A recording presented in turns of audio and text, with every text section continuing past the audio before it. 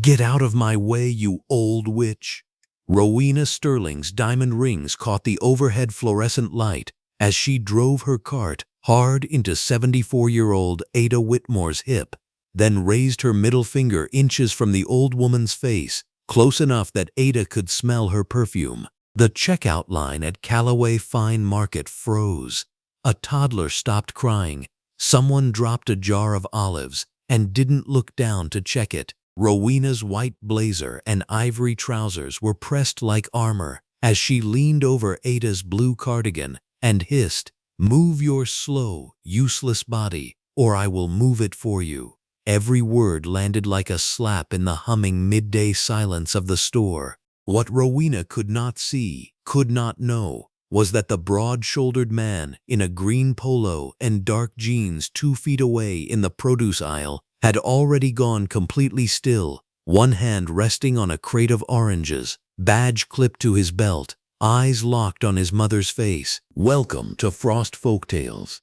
This is where we tell the stories of those who were underestimated, dismissed, and targeted, yet chose courage over silence. If these stories move you, subscribe and be part of a community that refuses to let them fade into the background. Calloway Fine Market was the kind of grocery store that made you feel, for a few minutes at least, that the world was an orderly and generous place. The produce section sat directly beneath a row of wide natural skylights that ran the full length of the ceiling, and on a Tuesday afternoon in early October, the light that poured through them was the particular clean gold of a day that has not yet made up its mind to turn cold. That light fell over the stacked pyramids of oranges and the bundled herbs and the glossy red apples without favoritism, illuminating everything equally, the way good light always does. The overhead fluorescent panels added their own steady white brightness,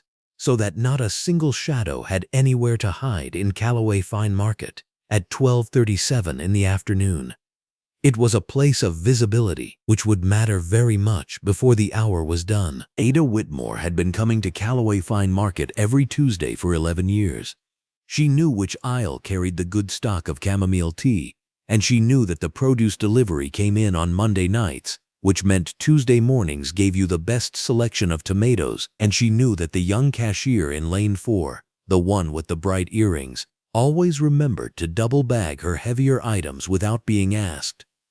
Ada noticed things like that. 38 years of teaching elementary school had made her a woman who paid attention to people, who collected their small kindnesses and their quiet struggles the way some people collect stamps, because she had understood early and never forgotten that paying attention to a person was the most fundamental form of respect you could offer them. She was 74 years old, and she wore it the way she wore everything, with a tidiness that was not vanity but simply care. Her blue cardigan was buttoned over a white blouse with a small collar, and her navy slacks were pressed at the crease, and her sensible shoes were the kind that said she had stopped performing discomfort for anyone's approval a long time ago. Her small grocery basket held chamomile tea, a carton of low-sodium broth, 2 vine tomatoes, a lemon, and a box of the butter crackers that Earl liked with his afternoon cheese. She had a list in her purse, written in the neat, level handwriting of a woman who had spent decades writing on chalkboards for children to copy. She had needed none of it. She knew exactly what she came for. Ada was reaching toward the bundled time when she heard the cart first. Not just the sound of wheels on polished floor, which was the ordinary ambient sound of the store, but the particular aggressive velocity of a cart being pushed by someone who had decided, without consulting anyone, that the space she occupied was already hers. Ada turned her head just in time to register white blazer, a tower of luxury goods stacked above the cart's rim, diamond rings, and a face that wore its impatience the way other women wore mascara, as a daily essential applied without thought. Rowena Stirling was 51 years old and had spent the better part of those years in rooms that rearranged themselves around her arrival. She was the kind of woman who summoned waiters by the pitch of her eyebrow and who confused the fact that people moved out of her path with the belief that they wanted to. Her white blazer was tailored at the shoulder with the precision of something that had never seen the inside of a department store, and her ivory trousers were silk, and the diamonds at her wrists and throat were not decoration so much as a statement of permanent position.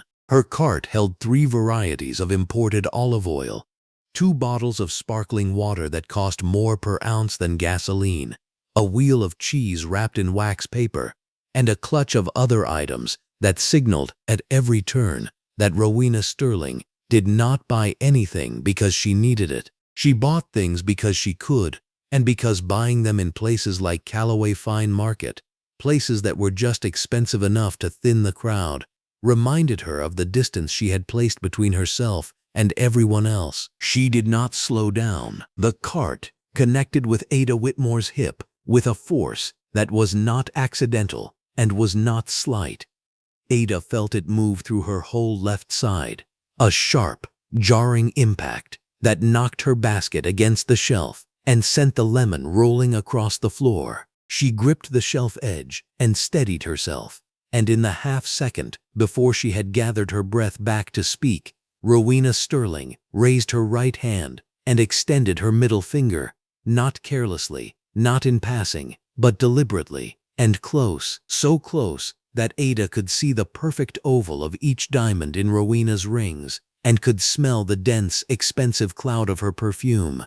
Then Rowena leaned forward over Ada's blue cardigan, and she said it, every syllable of it, unhurried, with the confidence of a woman who had never once been made to account for anything she'd said out loud. "Move your slow, useless body, or I will move it for you." The produce section of Calloway Fine Market went absolutely still. The kind of still that is not peaceful.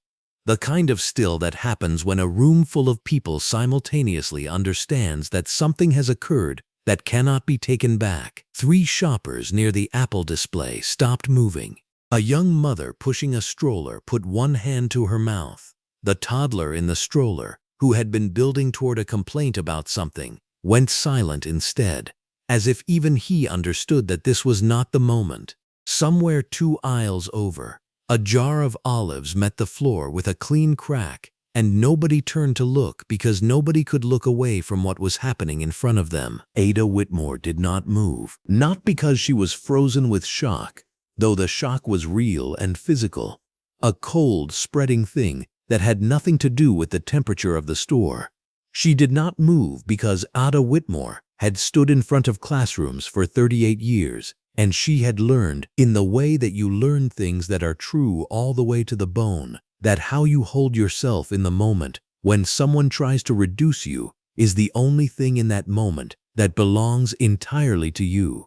So she held herself upright, cardigan buttoned, basket in hand, and she looked at Rowena Stirling with eyes that had memorized the names of over 1,000 children, that had watched small people become larger people, that had never in 38 years looked away from anyone because looking away was a form of erasure. And Ada Whitmore had never believed in erasing people, not even people who deserved far less grace than she was extending right now. Her hip ached. She did not show it. What moved through her in those seconds was not rage, though the rage was there.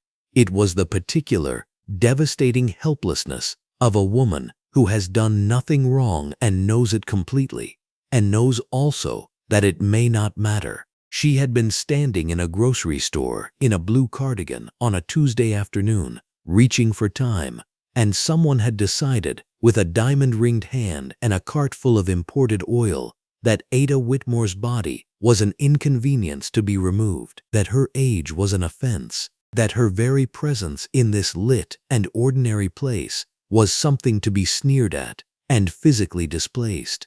The helplessness of it was not weakness. It was the specific weight of a world that had made this moment possible, that had allowed a woman like Rowena Stirling to walk through it for 51 years, believing that this was acceptable, that this was her right. Ada felt that weight. She had felt versions of it before. She was still standing. Around her, phones were rising.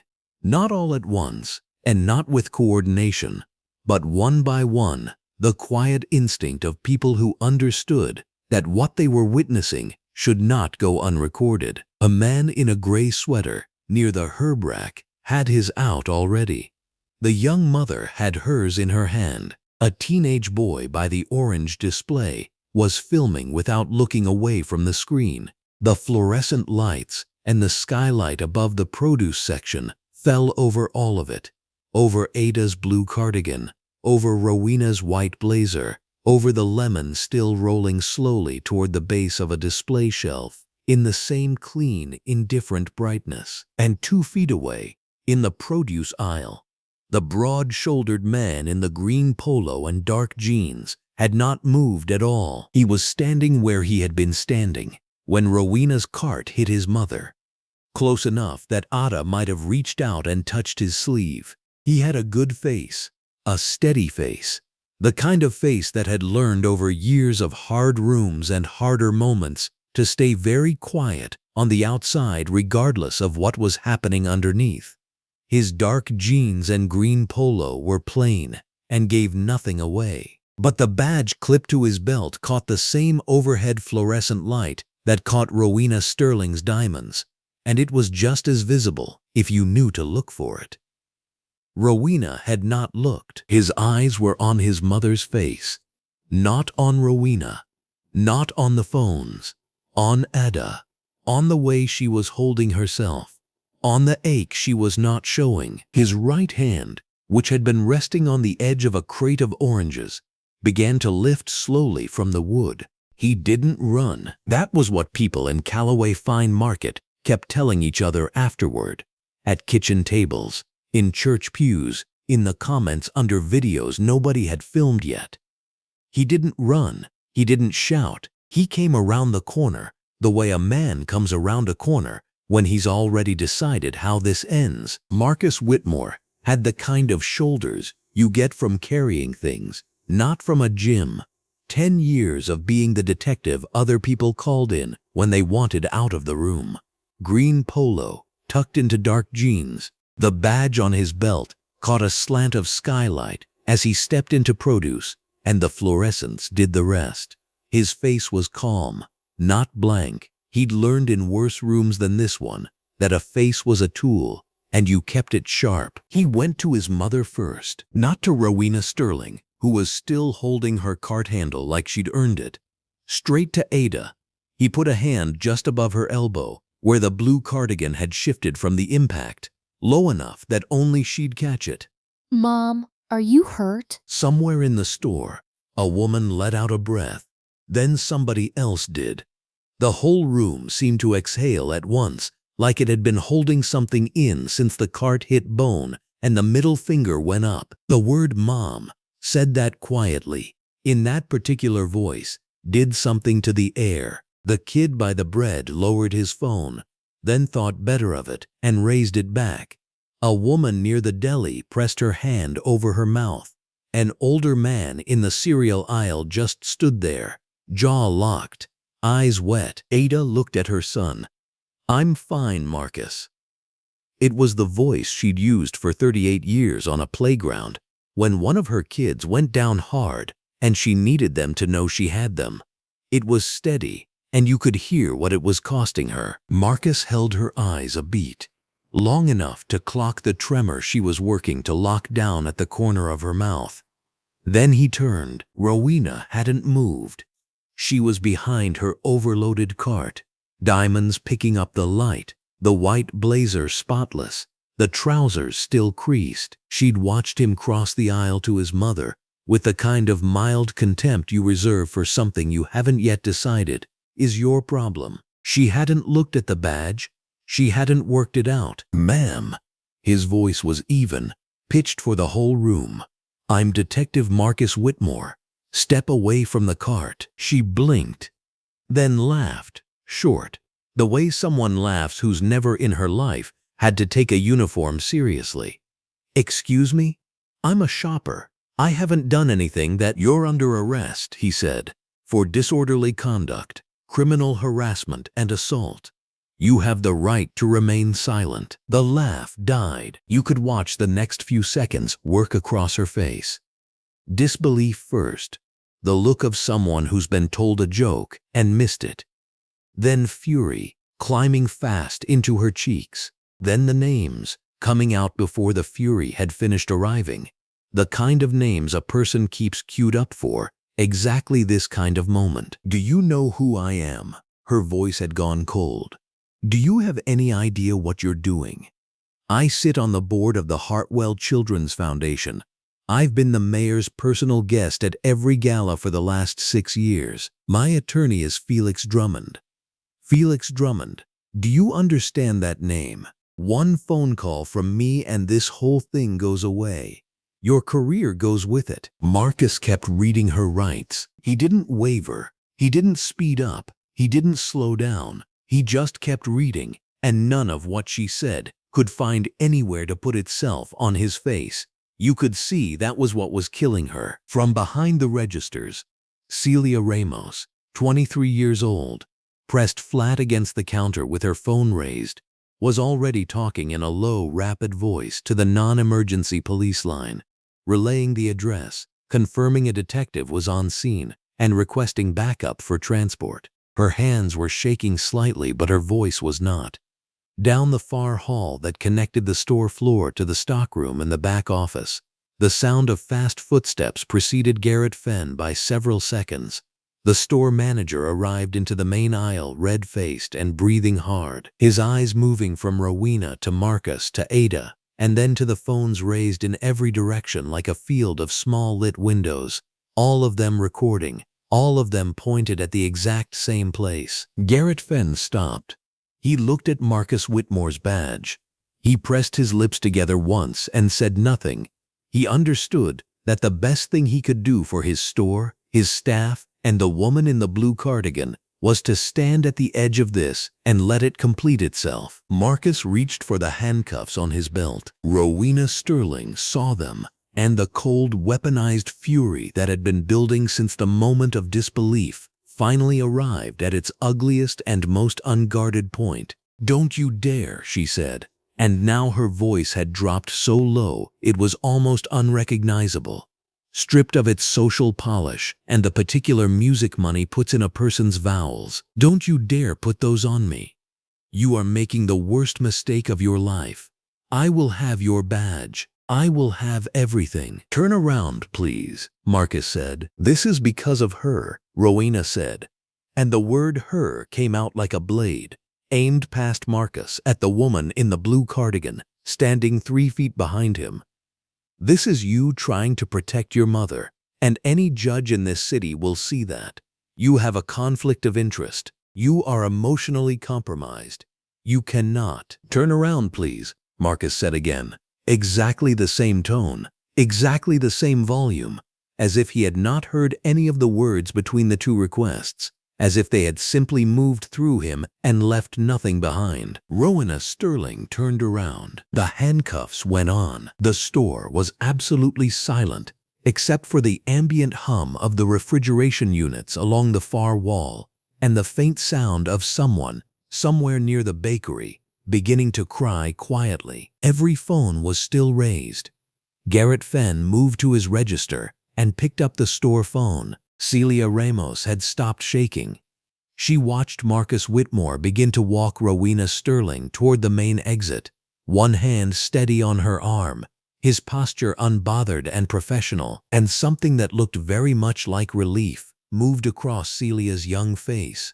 The relief of someone who had watched something terrible happen and had wondered for one long, agonizing minute if anyone was going to do anything about it at all. Ada Whitmore stood in the produce aisle and watched her son walk. She had watched Marcus walk since he was 11 months old and first crossed their living room floor in that uncertain, tilting, triumphant way that babies walk. And 38 years of teaching had given her a precise and unsentimental eye for character. And what she saw in her son's back, in the set of those broad shoulders, in the deliberate, unhurried pace, in the way he moved through the parting crowd without any performance whatsoever, was something she had always believed him capable of becoming. She had just never expected to be standing in a grocery store on a Tuesday afternoon, watching him become it on her behalf. Her basket was still on her arm.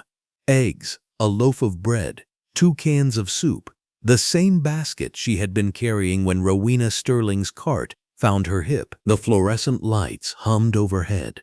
The skylight above the produce section poured clean afternoon light down through the glass in a wide, luminous rectangle that fell across the orange display, and the crate of green apples and the floor beside Ada Whitmore's sensible shoes. She stood in it and watched the exit doors slide open and then slide shut again, and the sound they made closing was very soft and very final. There was a pressure behind her eyes that she had been holding back since Marcus first touched her arm, since he said "Mom" in that quiet, certain voice, since she understood that he had been standing 2 feet away and had seen all of it, every word, every gesture, every deliberate small cruelty, and had said nothing until he could say the right thing, in the right way, to the right person. She would not cry in this store. She pressed her lips together and lifted her chin by exactly the degree required, the same degree she had used for 38 years when a classroom needed to understand that she was not finished,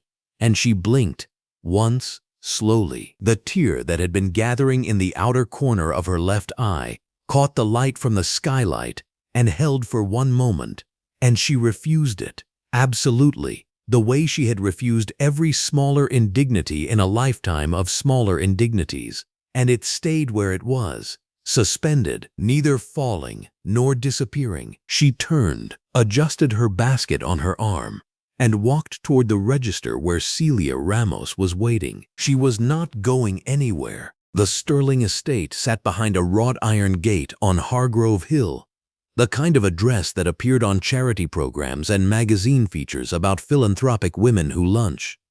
The main house had 14 rooms, a pool that nobody swam in, a greenhouse attached to the east wing where Rowena kept orchids she never tended herself, and a housekeeper named Marta who had learned, over 7 years of employment, never to make eye contact during the first hour of a Monday morning. The driveway alone was longer than most people's commutes. The hedges were trimmed to a mathematical precision that communicated something specific to anyone who drove past.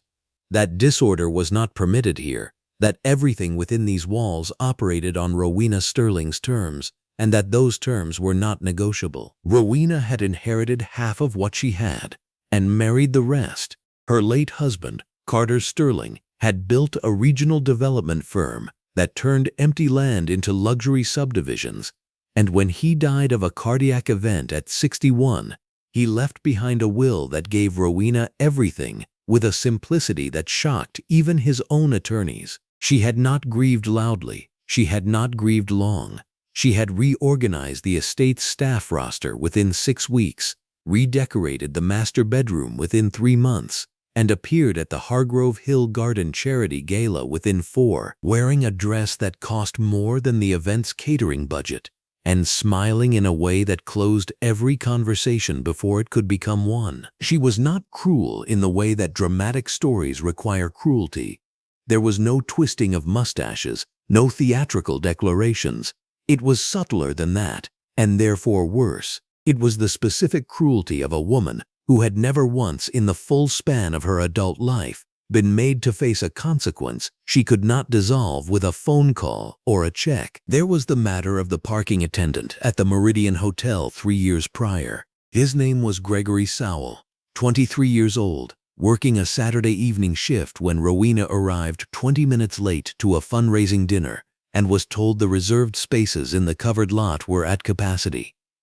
She had screamed at him for 11 minutes. A hotel manager watching from the lobby door had documented the incident in an internal report.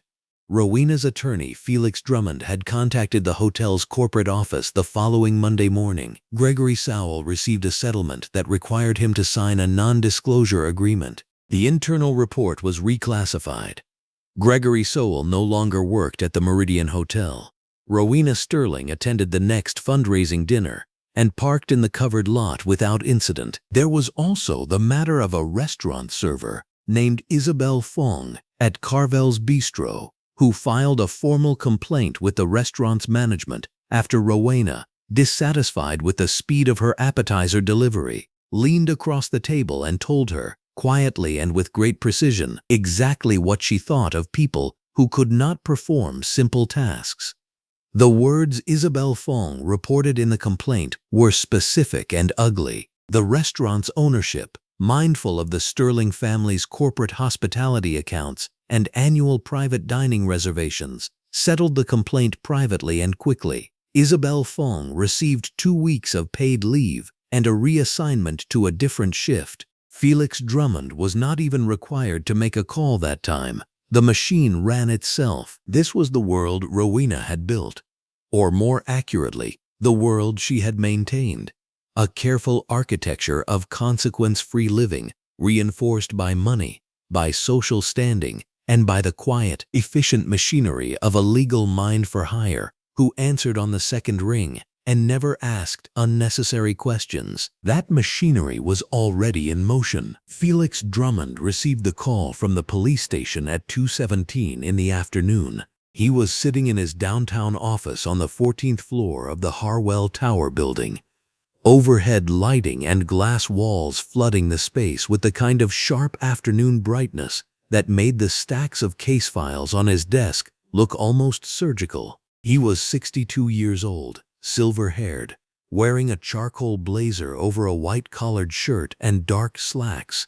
He had the posture of a man who had never once slumped in a chair. When Rowena Stirling's name appeared on his phone screen, he answered with a calm that was itself a practiced professional instrument. He listened.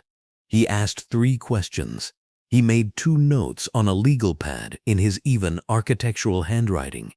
Then he said, in a tone that communicated certainty without warmth, "Don't say anything else to anyone in that building. I will be there in 20 minutes." He ended the call, gathered his jacket from the back of his chair, and did not rush, because Felix Drummond had learned long ago that rushing communicated doubt, and doubt was a luxury he could not afford to display. He knew the name Marcus Whitmore before he had finished walking to the elevator. He had contacts in the department. He made a phone call in the parking garage. By the time he reached the police station, he had already identified the angle he intended to use. The arresting detective was the victim's son. Conflict of interest, emotional compromise. He had built entire acquittals from thinner materials than that. The machine was running. Ada Whitmore's living room had afternoon light coming through the front window in long, warm panels, falling across the rug her mother had given her as a wedding gift 46 years ago. The couch was the same one they had reupholstered twice since buying it, a deep-cushioned, wide-armed thing that Earl Whitmore called the best purchase they had ever made, and Ada called the most stubborn furniture argument she had ever won. She was sitting in the corner of it now, both hands wrapped around a ceramic mug, the tea inside it still giving off a small, steady ribbon of steam. Earl was beside her. Not across the room, not in his chair. Beside her, their arms nearly touching, his body angled toward hers in the unconscious geometry of 46 years of marriage. Earl Whitmore was 77 years old, a retired machinist with hands that had remained large and capable-looking even in retirement, and a face that had always communicated what his voice chose not to say. He wore a blue jacket over a white undershirt and dark pants, the kind of man who dressed to sit in his own house with the same consideration he had always brought to everything. Ada was telling him what happened. She was not telling it dramatically. She had not arrived home in tears or collapsed into storytelling. She had walked in, set down her grocery bag. She had managed to pay for the items before Marcus appeared, before everything shifted, and she had not left a single thing behind on that grocery store floor. And she had asked Earl if there was hot water in the kettle. He had looked at her face and put the kettle on without a word. Now she was talking, and her voice was the same voice she had used to explain difficult things to 8-year-olds and 14-year-olds and every age in between for 38 years. even measured without performance. She described the cart impact. She described the words. She described the finger, though she paused briefly before that part, not from distress but from a kind of tired precision, wanting to be accurate. She described the way the store had gone quiet around her like a held breath. Earl Whitmore listened without interrupting. His jaw moved once, very slightly, when she got to the words Rowena Stirling had used. That was all. But Ada had been married to this man for 46 years, and she understood that the stillness in him at that moment was not calm. It was something much older and much more controlled than calm. It was the particular anger of a man who had spent a lifetime protecting things he loved and understood, on a cellular level, what it meant when that protection arrived 1 second too late. It was quieter than shouting. It was frightening in the way that deep water is frightening, not because it is loud, but because you cannot see the bottom. She put her hands on you, he said. It was not a question. The cart, Ada said. Her cart. Earl was quiet for 3 more seconds. That's her hands, he said. The knock at the door came at 4:40 in the afternoon. Marcus Whitmore was still wearing his green polo and dark jeans. He had been to the station, had handled the paperwork, had spoken briefly with Sergeant Wills, and he had come here before going anywhere else. He had his mother's grocery bag in his hand when Ada opened the door. He had retrieved it from his car where he had placed it during the arrest without anyone noticing. He handed it to her without explanation, and she took it the same way. And that small, wordless exchange said everything that the two of them needed to say in that moment. He sat at the kitchen table. Earl made coffee. Ada kept her tea. The kitchen light was bright, and even overhead, the kind of steady, fluorescent bright kitchen light that made everything look exactly as it was. No shadows allowed. Marcus laid it out honestly, because his mother had raised him to understand that honesty offered in love was not cruelty. He explained that Rowena Stirling had resources. He explained that Felix Drummond was formidable and had made cases disappear before. He told them about the conflict of interest angle Drummond would likely pursue. He told them about the surveillance footage, about Garrett Fenn's cooperation, about Celia Ramos. He told them what was strong. He told them what was uncertain. Earl Whitmore sat across the table with his coffee cup and his steady, unreadable expression, and let his son speak without interruption. When Marcus finished, the kitchen was quiet for a moment. The refrigerator hummed. Somewhere outside, a car passed slowly on their street. Ada Whitmore set her mug down on the table. She set it down carefully, with both hands, the way you set something down when you want to be sure it will not tip. She looked at her son across the table, and she looked at her husband, and then she straightened in her chair the way she had straightened at the front of a classroom for 38 years, not stiffly, not performatively, but with the particular uprightness of a woman who had spent her entire life understanding that how you hold yourself communicates what you believe about your own worth. I am not going anywhere, she said, not loudly, not with trembling, with the same voice that had once coaxed a failing third grader through his first complete sentence, and once quieted a high school classroom with a single look, and once called Earl Whitmore's name in a hospital corridor at 2 in the morning, and held everything together by the sheer force of not falling apart. Marcus Whitmore looked at his mother's face, and something in his own went very, very still. Rowena Stirling's machine was running, but it had never, in all its efficient and moneyed precision, encountered anything like Ada Whitmore sitting at her own kitchen table, with her hands folded and her decision already made. The motion landed on Sergeant Tamara Wills's desk 47 hours after the handcuffs clicked around Rowena Stirling's wrists. 47 hours, not a full 2 days. Felix Drummond had not even waited for the bruise on Ada Whitmore's hip to finish darkening before he put his name on 17 pages of legal argument and filed them with the precision of a man who had done this many times before. For many clients who believed the law existed as a tool rather than a boundary. Marcus Whitmore was at his desk reviewing case notes when Sergeant Wills appeared in the doorway of the bullpen and said his name with the particular flatness that meant her office. Now, door closed. He set down his pen. He was still wearing the green polo from the night before, having come in early, and the dark jeans that had seen 3 days of motion. He had not gone home. Home felt complicated right now, in a way he did not have the emotional vocabulary to process. So he had stayed at the precinct and worked, which was the only language he trusted completely at the moment. Sergeant Tamara Wills was a compact, precise woman in her mid-50s who wore a navy blue blazer over a deep orange blouse every day with the consistency of a personal uniform. She had been with the department 22 years and had seen politics move through precincts like weather systems, fast, indifferent, and capable of destroying the unprepared. She did not sit when Marcus entered. She stood behind her desk, one hand resting on the motion documents, and looked at him the way a surgeon looks at a patient before delivering information that will require courage to receive. She slid the document toward him.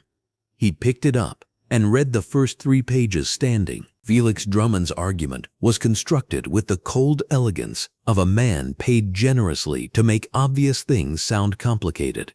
He disputed the assault classification, arguing that a grocery cart making contact with an elderly woman in a crowded store was incidental rather than intentional. He challenged the disorderly conduct framing. And then, buried in page 11 with the studied casualness of a weapon concealed in luggage, he raised the conflict of interest. Marcus Whitmore, the filing noted, was the biological son of the complainant. His emotional investment in the outcome could not be separated from his professional conduct at the scene. Any arrest made under those circumstances should be viewed through the lens of personal motivation rather than law enforcement necessity. Marcus set the document back on the desk. Sergeant Wills said, "He's going to push that angle everywhere he can. Every motion, every filing, every press statement his office puts out. You being her son is the gift he didn't ask for. I followed procedure. I know you did. I read your incident report twice." She sat down now, hands folded on the desk. "This is not me doubting you, Marcus. I need you to hear that clearly. This is me telling you that doubt will be manufactured and distributed regardless of what you and I know to be true.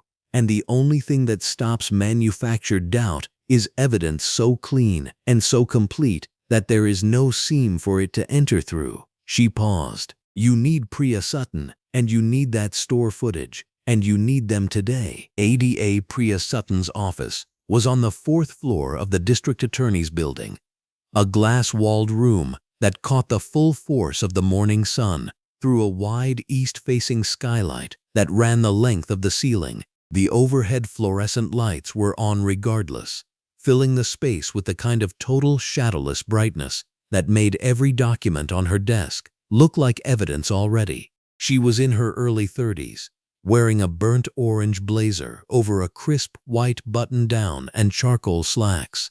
Her reading glasses pushed up on her head, 3 legal pads open on her desk. When Marcus knocked on the glass door at 9:47 in the morning, she had already read the motion. She waved him in without looking up, finished a handwritten note in the margin of the closest legal pad, and then looked at him with the full and complete attention of someone who had decided this conversation was the most important thing happening in the building at this moment. "Conflict of interest," she said. "That's his pressure point. It's his only pressure point," Marcus said. "It's a good one." She said it without apology, the way a doctor names a symptom without dramatizing it. "Procedurally, you were correct to make that arrest. Any officer who witnessed what you witnessed was obligated to act. The fact that you witnessed it because you were shopping with your mother does not strip you of your authority or your responsibility. Drummond knows that. What he's hoping is that a judge hears the word son and hears vendetta instead." She picked up her pen. "Tell me everything you observed, in sequence, before you identified yourself." They worked for 2 hours. She asked questions that circled the same moments from different angles, not because she doubted his answers, but because she was testing them for softness, searching for the places where Drummond could slide a question underneath the story and lift it. She found 2 moments she wanted him to document more precisely. He documented them. She was not warm exactly, but she was thorough in a way that felt like a form of care. And by the time they were done, Marcus Whitmore understood why Sergeant Wills had sent him here. Priya Sutton set her pen down and said, "I need to see the footage before I say another word about the strength of this case." Garrett Fenn was waiting for them at Calloway Fine Market by noon. The store was open, the midday shoppers moving through the aisles under the same overhead fluorescent panels and the same wide natural skylights that had been burning the morning of the incident. Fenn was a broad, quiet man in his 40s, wearing a green store-branded polo over khaki trousers, and he had the demeanor of someone who had not slept particularly well since the arrest and was very glad to hand this particular responsibility to people whose job it was to carry it. He had already pulled the footage. 4 cameras covering the produce section and the adjacent aisle from 4 distinct angles. He had burned it to a secure drive and backed it up on the store's protected server the same afternoon of the incident because, as he told them in his office, he had watched the whole thing happen on his monitor in real time, and he was not going to allow any version of that footage to disappear. He pulled it up on the monitor in his back office. The room was small and bright. A single overhead fluorescent tube running the full length of the ceiling. The footage was in high resolution. The timestamp showed the full midday light flooding the produce section from the skylights, and the overhead fluorescence added a second layer of total illumination that left no shadows, no ambiguity, no dark corner where interpretation could hide. Every frame was as clear as a photograph. Camera 1 caught Rowena Stirling from the front left. Camera 2 caught her from behind and to the right. Camera 3, positioned above the far end of the aisle, captured Ada Whitmore's face in the moment of impact with a clarity that neither Marcus Whitmore nor Priya Sutton had been prepared for. Camera 4 showed the full width of the aisle, both women, the cart, the space between them, and the exact trajectory of what happened next. Priya Sutton watched the sequence once without speaking. Then she asked Fenn to reset it, and she watched it again, leaning slightly forward, elbows on the desk, reading glasses on now. When it finished the second time, she sat back in her chair and said nothing for a moment that stretched long enough for Marcus to hear his own heartbeat. Then she said, "She did this in front of 4 cameras. It was not a question.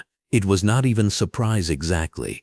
It was the voice of someone watching an argument assemble itself, piece by piece, into something that could not be dismantled." The cart impact was visible from 3 angles simultaneously. The raised middle finger was on camera 2, close and unambiguous, caught in full fluorescent light with the same clarity as a courtroom exhibit. The lean-in moment, the hiss of words delivered directly into Ada Whitmore's face, was captured on camera 3. And on camera 3, Ada Whitmore's face was fully visible. The expression on it, the flash of fear she had not been able to hide in that half-second before dignity reassembled itself, was the kind of image that settled into the chest of anyone who saw it and stayed there. Marcus looked at it once. He did not look at it again. "I need certified copies of all 4 angles," Priya Sutton told Fenn.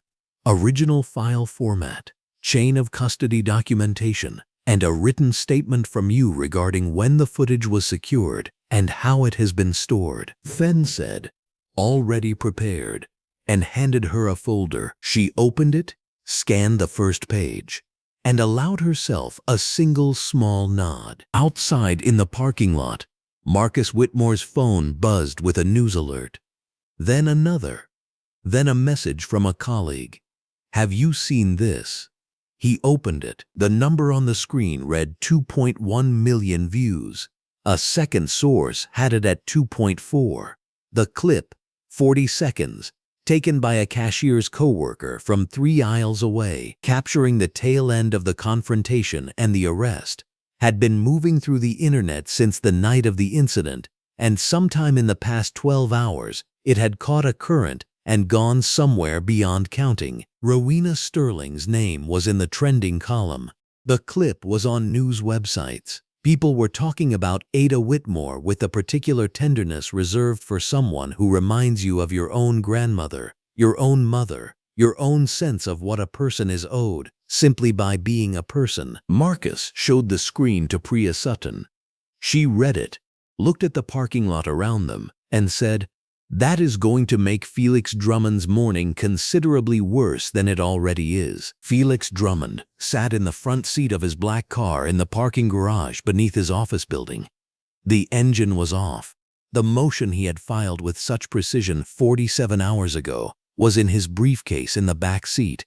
His phone was in his hand. He had watched the clip twice. He was watching it a third time now. He watched Rowena Stirling lean over Ada Whitmore's grocery basket with the confidence of a woman who had never once in her life been held accountable for what she was doing at that moment.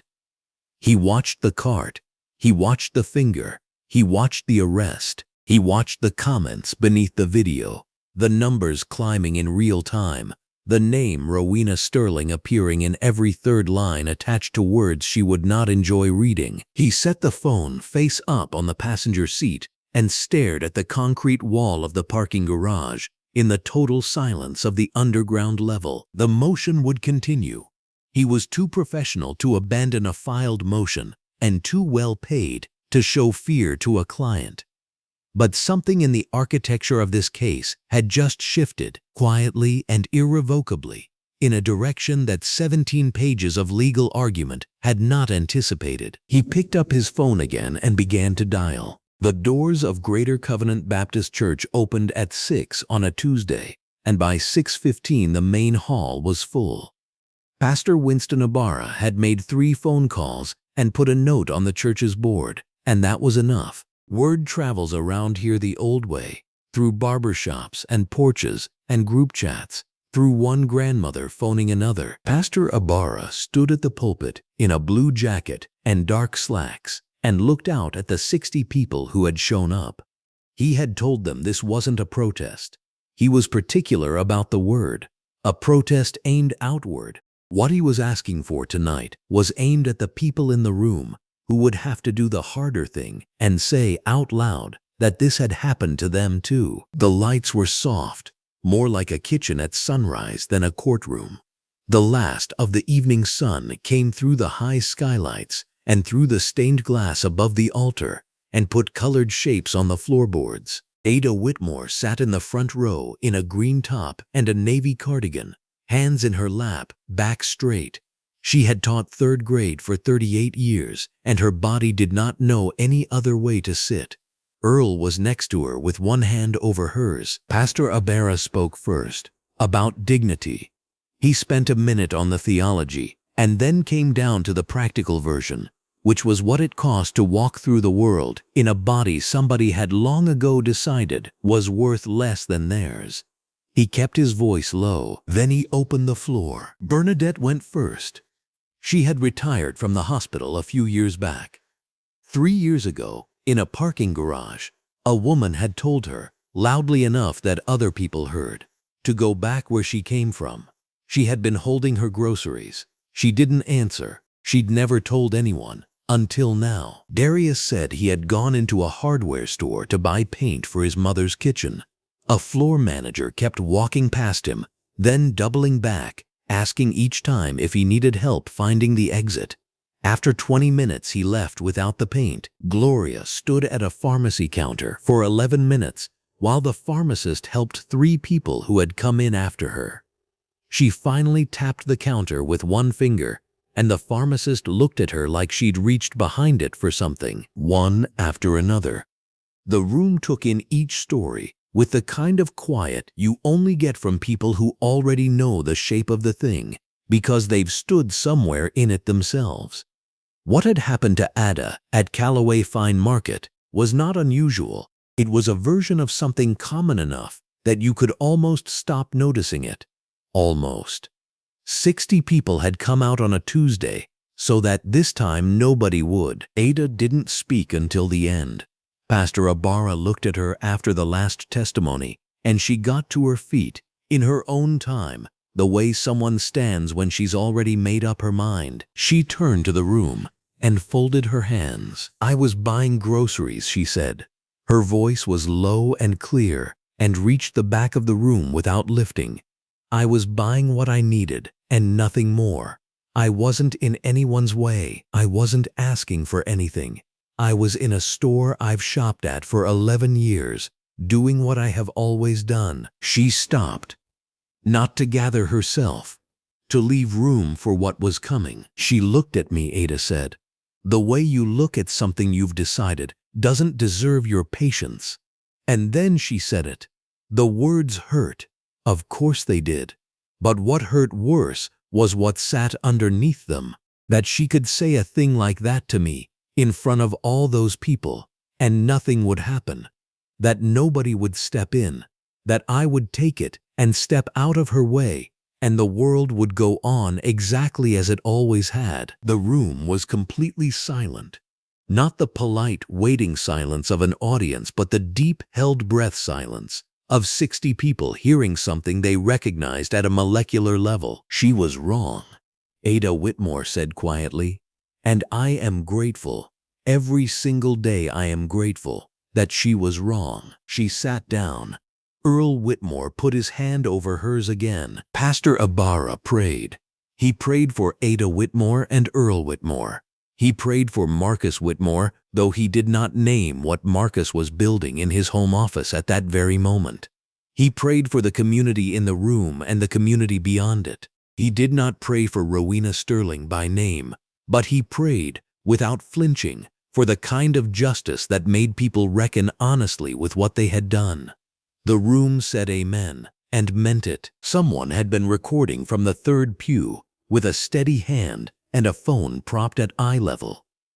By 9 o'clock, the footage of Ada Whitmore's testimony was online. By midnight, it had been shared 40,000 times. By morning, it had doubled the reach of everything that had come before it. And the name Ada Whitmore was no longer simply attached to a viral grocery store video, but to something larger, to a voice, to a face, to a woman who stood up in a room of 60 people and said exactly what had happened in plain, unadorned language, and who had been impossible to look away from. Diane Hartwell saw it at 10:30 that night. She was sitting at her kitchen island in her robe, a glass of white wine she had not finished sitting beside her laptop, and she watched Ada Whitmore speak from beginning to end without pausing it once. She had already received 4 calls from journalists that day. She had not answered any of them. She had called Felix Drummond instead that afternoon, and he had been characteristically calm and characteristically precise. "Say nothing," he had told her.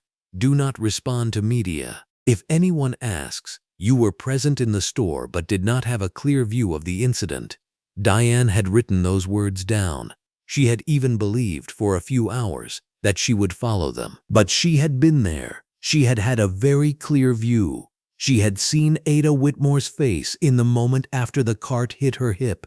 The flash of shock, the automatic small step backward, the swallowing of something that a woman that age had clearly been taught to swallow. And watching Ada Whitmore speak now on her laptop screen, voice steady and hands folded, Diane felt that image settle into her chest with a weight she did not think was going to move on its own.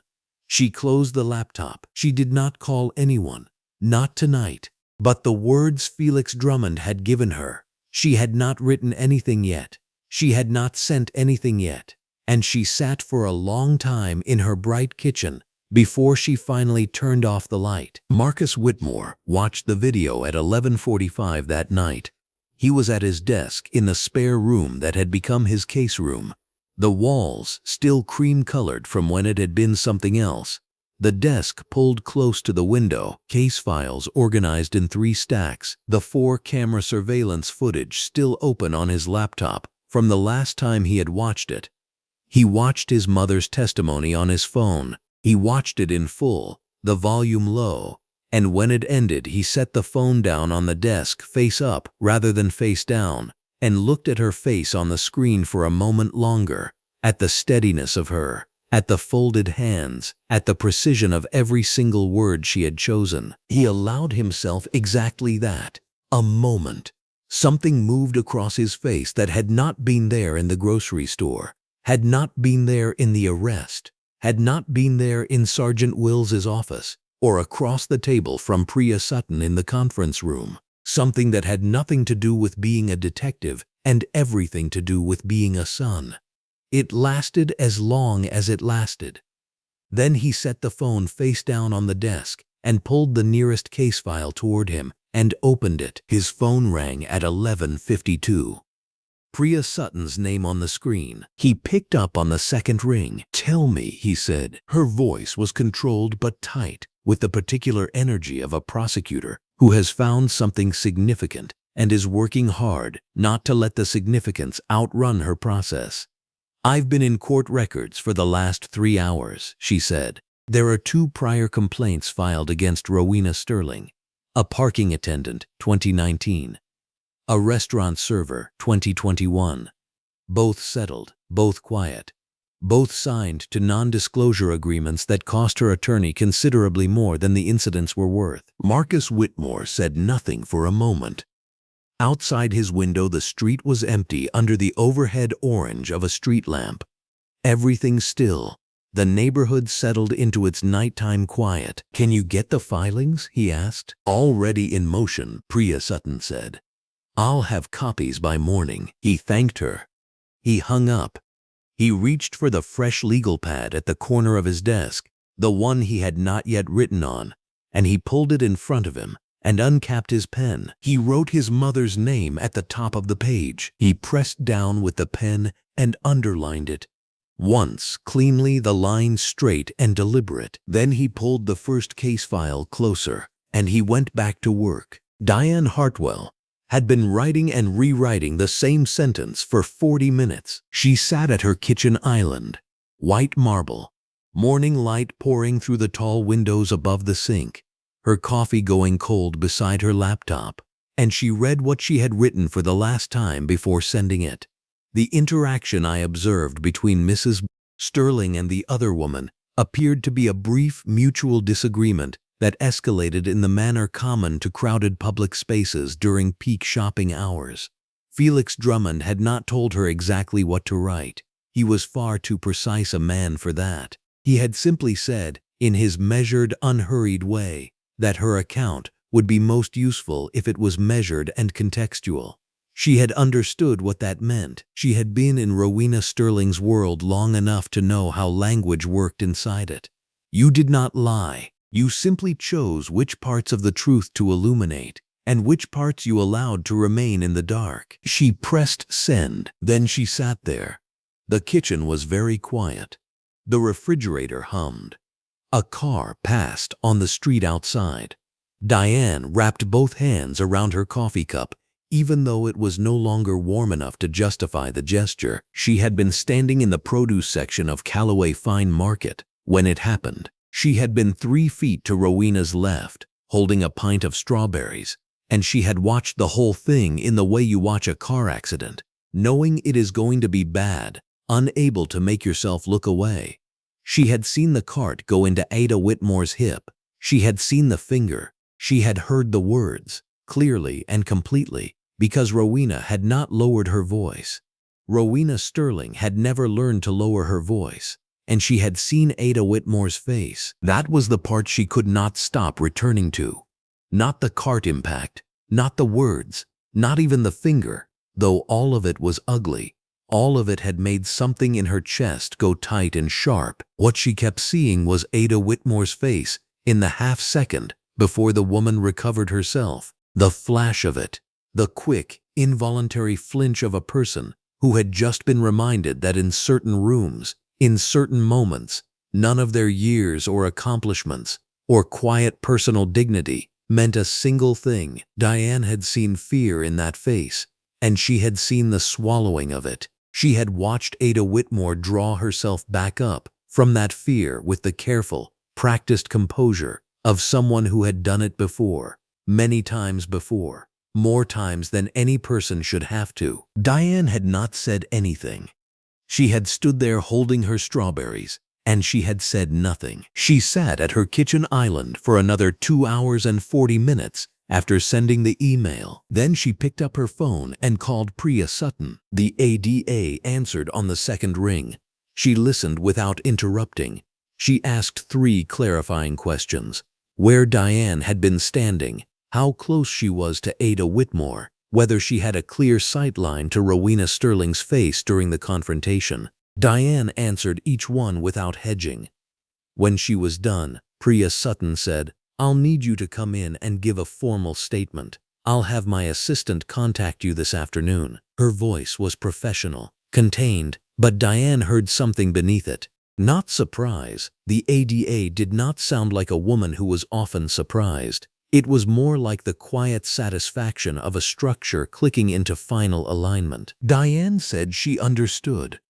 She hung up and sat for another moment in her bright, quiet kitchen. She felt something she had not expected to feel. She felt like herself. Celia Ramos had already given her formal statement the morning after the arrest. All of it, delivered without embellishment and without omission, in the measured way of someone who has spent years being underestimated and has learned that precision is the best available armor. The 4-camera surveillance footage from Calloway Fine Market had been secured and logged.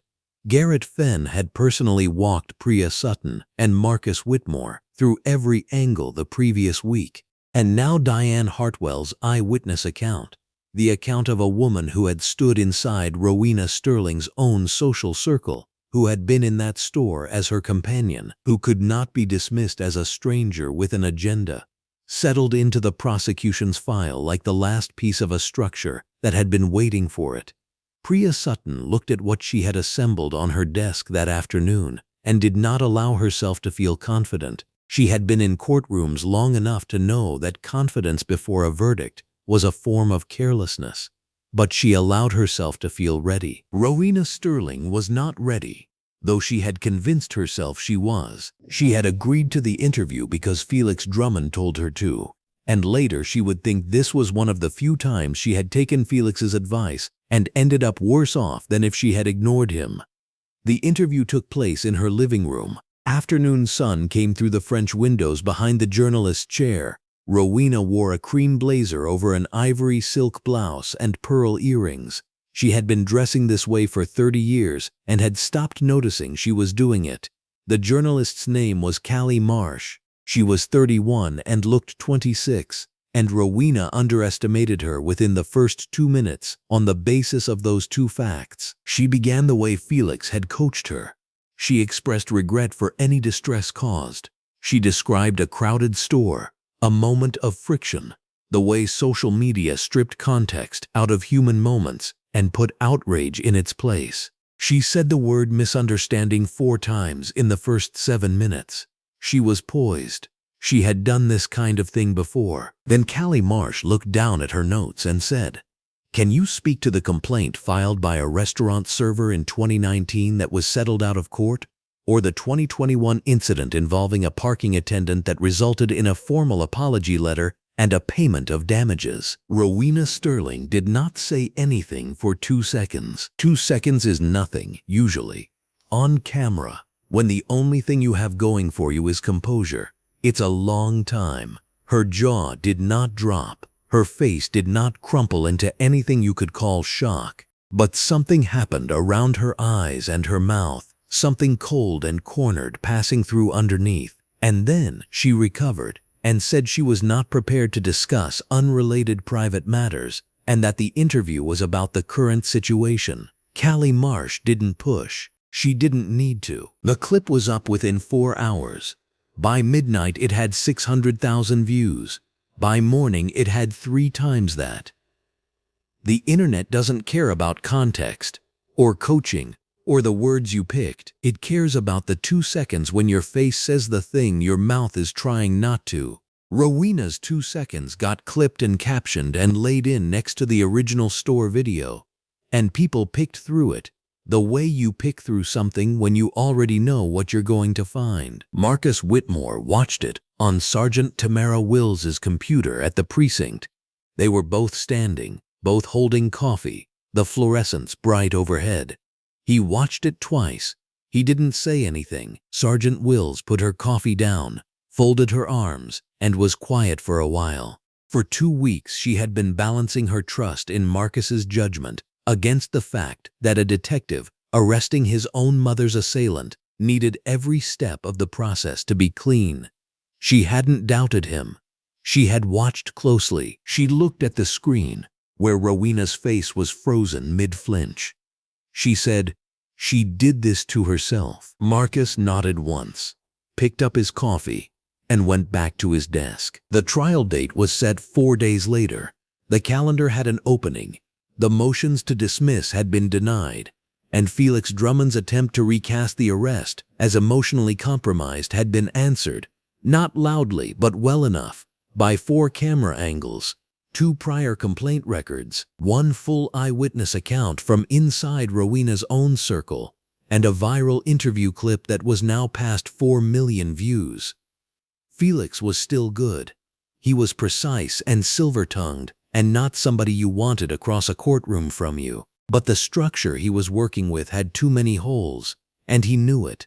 Marcus could read it in his face at the motion hearing, that practiced, careful neutrality that meant Felix had already done the math. That night, in the bedroom of the house she shared with Earl, Ada Whitmore stood at the ironing board and pressed her best dress, navy, long sleeves, a modest collar, the cut of a dress bought for the kind of day that mattered.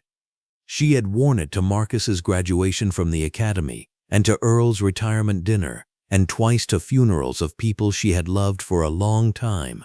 It was the dress she put on when she needed to walk into a room as herself. The iron moved slowly. Ada did most things slowly. She had learned early that the difference between good work and great work was being willing to go back over the parts everyone else thought were done. The room was warm. The lamp on the dresser was on. Earl sat in the chair by the window with a book, looking up every so often without saying anything, because after 41 years he knew the difference between her wanting company and her wanting conversation. She pressed every seam. She pressed the collar twice. She hung the dress on the back of the door and stood there for a moment, hands folded, the iron cooling behind her. Earl turned a page. Ada turned off the lamp, left the dress where she could see it in the morning, and went to bed. Tomorrow she would put it on. The morning came in pale and ordinary.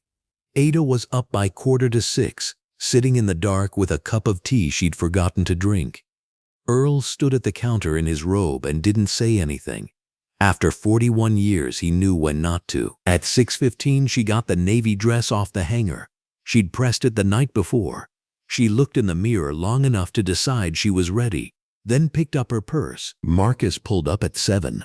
Dark trousers, green shirt, the blue jacket he only wore to weddings and funerals, and now this. He got out of the car and walked around and offered her his arm without being asked. She took it. Neither of them turned on the radio.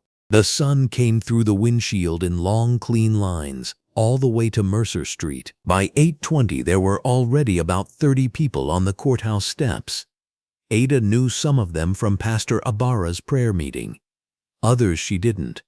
Nobody was shouting.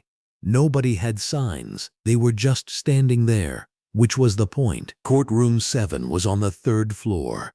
Fluorescence overhead.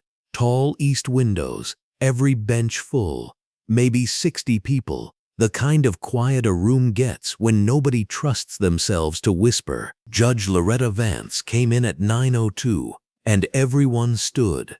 Late 50s, reading glasses pushed down her nose, calm in the way of people who stopped having to prove it about 20 years ago.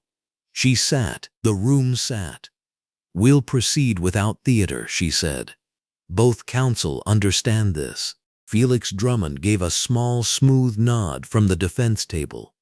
Priya Sutton said, "Yes, Your Honor," and opened her folder. Rowena Stirling was next to Drummond in a pale gray blazer and cream trousers, hair very neat, posture very upright. She had the look of someone who'd been rehearsing calm in the bathroom mirror and was about 3% short of convincing herself. Drummond stood up to do his opening like a man who'd been doing openings for 30 years and didn't find them stressful anymore. He talked about the Hargrove Arts Foundation. He talked about the pediatric wing donation. He talked about her seat on the Historic Preservation Board. He said heated exchange 4 times. He said blown severely out of proportion twice. Ada sat between Earl and Marcus and listened to all of it without moving her face. When Drummond sat down, Sutton walked to the middle of the room and said, "Let's look at what happened." Then she nodded to the technician. The screen on the east wall came up with the first camera angle from Calloway Fine Market. 12:17 p.m. produce section. Sutton had asked at pretrial that the courtroom lights stay on while they played it. She didn't want anybody mistaking the footage for something cinematic. The courtroom watched Ada push her basket up the produce aisle. They watched Stirling's cart come around the end cap. They watched it hit her. It hit her hard. You could see it from the left, and you could see it from across the aisle. And the fourth camera, the one mounted above the oranges, caught her face, the flinch, the hand going up to the shelf to steady herself. And then the next look, which was something else, something that had already decided. Then the audio came up. "Move your slow, useless body, or I will move it for you." For a couple of seconds, nobody in the room breathed in a way you could hear. Sutton let it sit. Then she said, "The prosecution is going to show that what you just saw and heard is assault, harassment, and disorderly conduct under Hargrove County statutes. There's nothing circumstantial about it. Nobody is contesting that any of it happened. It's 4 cameras and a microphone, and it's yours." She closed her folder and sat down. Ada Whitmore was called to the stand at 10:15. She walked up from the gallery in her navy dress, at the same pace she'd used for 38 years walking to the front of a classroom. She sat, folded her hands on the railing, and looked at Priya Sutton when Sutton asked her to state her name and occupation. Ada Louise Whitmore, retired schoolteacher, 38 years with Hargrove County Public Schools. Priya walked her through the morning in clean, direct questions. Ada answered them carefully. She described the store, the moment of impact, the words she'd heard. There was no drama in her voice, and she didn't reach for any. Then Priya asked the one the room had been waiting for, "Mrs. Whitmore, beyond the physical impact, can you describe the experience of that moment for the court?" Ada was quiet for a second. 2. She looked down at her hands, then back up. "I have spent my life being seen," she said. "In my classroom, every child was seen. That was not an accident. That was a choice I made every day, because I understood what it costs a person to be invisible." She paused. "What happened in that store was also a choice. She looked at me and decided I was not worth the courtesy she would give a parking meter. And she said it out loud, in front of everyone, because she believed no one would do anything about it." She looked at her hands again. "What hurts is not the cart. I have been bumped before. What hurts is the certainty, the way she was so absolutely sure I would absorb it and move on." The courtroom was silent. Felix Drummond rose for cross. He knew he was in trouble. You could see it in the way he opened. He pressed her on the exact angle of impact. Ada described it again, the same way she'd described it the first time. He asked whether the store was crowded, whether the aisle was narrow. She said yes. The store was busy. He didn't get anything else. He asked whether she was sure the words she attributed to his client had been meant as a direct threat. Ada looked at him the way she had probably looked at students who tried this for 38 years. "I taught language for 4 decades, Mr. Drummond. I know what words mean." Drummond thanked her and sat. Diane Hartwell took the stand at 11:40. Dark blue blazer over a white blouse, pale gray trousers. She looked like someone who had made a hard decision and was still carrying it. She confirmed she was at Calloway Fine Market that day. She confirmed her relationship with the defendant. She confirmed in a steady voice what she had seen and what she had heard. When Drummond crossed her with an edge that was just short of hostile, she didn't move. "I saw what I saw. I'm not able to say otherwise," Celia Ramos testified at 12:30. She was still in the clothes she'd worn to work, orange top and dark jeans, because she'd come straight from an early shift. 23. She held the railing with both hands and spoke clearly. "Register 4. Direct line of sight." She'd heard every word. When Drummond suggested her memory might have been shaped by how viral the incident had gone, she shook her head. "I saw it before I recorded anything, sir. What I remember is what I saw first." The afternoon belonged to Marcus Whitmore. He took the stand in dark trousers, a green button-down, and a blue jacket, and he sat very still. 10 years on the job had taught him that the most powerful person in a tense room is the one who isn't afraid of it. He walked Priya through the arrest, the sequence, the statutes, the procedure he'd followed from the moment he identified himself as an officer to the handcuffing and the transport. Drummond came at cross with what was clearly his last real angle. "Detective Whitmore, isn't it true that the subject of this arrest is your mother? That you had a direct personal and emotional connection to the alleged victim?" "Yes," Marcus said. "And isn't it possible that connection compromised your objectivity in deciding to make an arrest?" Marcus looked at him. "I'm going to read you the procedural checklist I completed at the scene." He pulled a folded page from his jacket and read from the top. "Identification of officer. Assessment of physical harm to complainant. Witnessing of incident by law enforcement.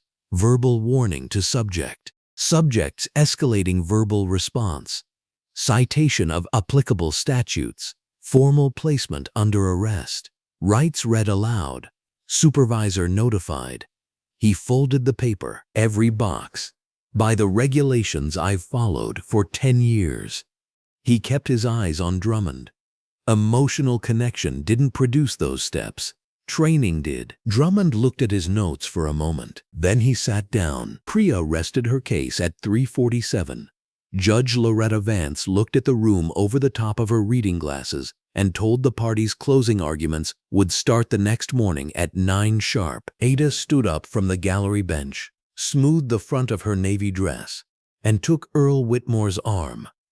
Marcus walked on her other side. The courtroom watched the three of them go, and nobody said anything, because nobody had anything worth saying tonight. The verdict was still a day away, but anyone who'd been in courtroom 7 that afternoon, under the bad fluorescent light and the pale sun through the high windows, had a pretty good idea where it was going. The verdict came down on a Tuesday morning. Guilty. Judge Loretta Vance didn't raise her voice.